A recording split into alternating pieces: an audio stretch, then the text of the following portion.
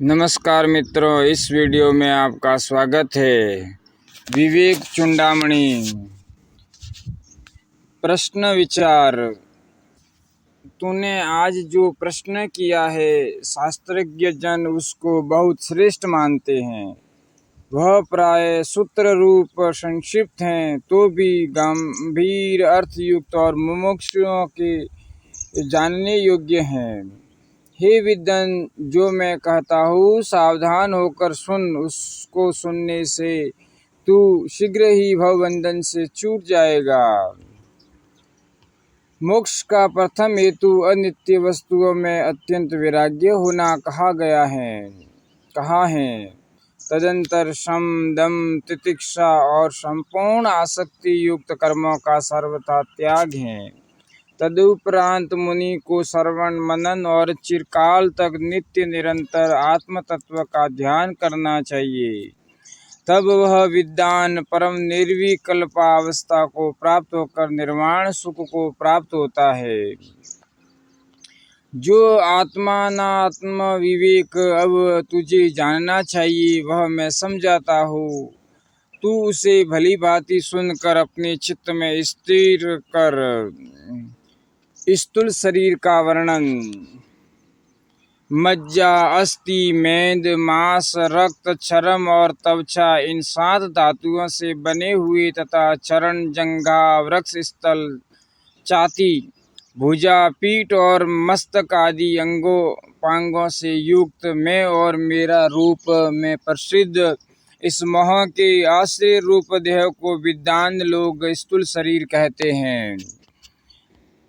आकाश, वायु, तेज, जल और पृथ्वी ये सूक्ष्म भूत हैं। इनके अंश परस्पर मिलने से स्थूल होकर स्थूल शरीर के हेतु होते हैं और इन्हीं को तन्मात्राएं भोक्ता जीव के भोग रूप सुख के लिए शब्द आदि 5 विषय हो जाती हैं। जो मूढ़ इन विषयों में राग रूपी सुदृढ़ एवं विस्तृत बंधन से बच जाते हैं, वे अपने कर्म रूपी दूत के द्वारा वेग से प्रेरित होकर अनेक उत्तमाधम योनियों में आते जाते हैं। विषय निंदा। अपने अपने स्वभाव के अनुसार शब्द आदि 5 विषयों में से केवल एक से बंधे हुए हरिण, हाथी, पतंग, मछली और भौरे मृत्यु को प्राप्त होते हैं। फिर इन 5 से जकड़ा हुआ मनुष्य कैसे बच सकता है? दोष में विषय काले सर्प के विष से भी अधिक तीव्र हैं, क्योंकि विष तो खाने वाले को ही मारता है, परंतु विषय तो आँख से देखने वाले को भी नहीं छोड़ते। जो विषयों की आशा रूप कठिन बंधन से छूटा हुआ है, वही मोक्ष का भागी होता है और कोई नहीं, चाहे वह 100 दर्शनों का ज्ञाता क्यों न हो।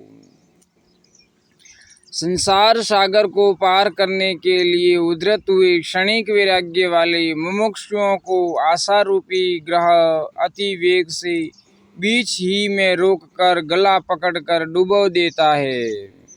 जिसने वैराग्य रूपी खड्ग से विशेषणा रूपी ग्रह को मार दिया है, वही निर्विघ्न संसार समुद्र के उस पार जा सकता है। विषय रूपी विषम मार्ग में चलने वाले मलिन बुद्धि को पद पद पर मृत्यु आती है, ऐसा जानो, और वह भी बिल्कुल ठीक समझो कि हितैषी सज्जन अथवा गुरु के कथनानुसार अपनी युक्ति से चलने वाले को फल सिद्धि हो ही जाती है। यदि तुझे मोक्ष की इच्छा है तो विषयों को विष के समान दूर ही से त्याग दे और संतोष, दया, क्षमा, सरलता, शम और दम का अमृत के समान नित्य आदर पूर्वक सेवन कर। देहासक्ति की निंदा। जो अनादि अविद्याकृत बंधन को छुड़ाना रूप अपना कर्तव्य त्याग कर प्रतिक्षण इस परार्थ अन्य की भोग्य रूप देह के पोषण में ही लगा रहता है, वही अपनी इस प्रवृत्ति से स्वयं अपना घात करता है। जो शरीर पोषण में लगा रहकर आत्म तत्व को देखना चाहता है, वह मानो काष्ठ बुद्धि से ग्रह को पकड़कर नदी पार करना चाहता है। शरीर आदि में मोह रखना ही मुमुक्षु की बड़ी भारी मौत है। जिसने मोह को जीता है वही मुक्ति पद का अधिकारी है। देह स्त्री और पुत्रादि में मोह रूप महामृत्यु को छोड़ जिसको जीत कर मुनि जन भगवान के उस परम पद को प्राप्त होते हैं। मित्रों, अगर आपको यह वीडियो पसंद आया हो तो इस वीडियो को लाइक करना, ऐसे ही वीडियो सुनने के लिए चैनल को सब्सक्राइब करना और शेयर करना।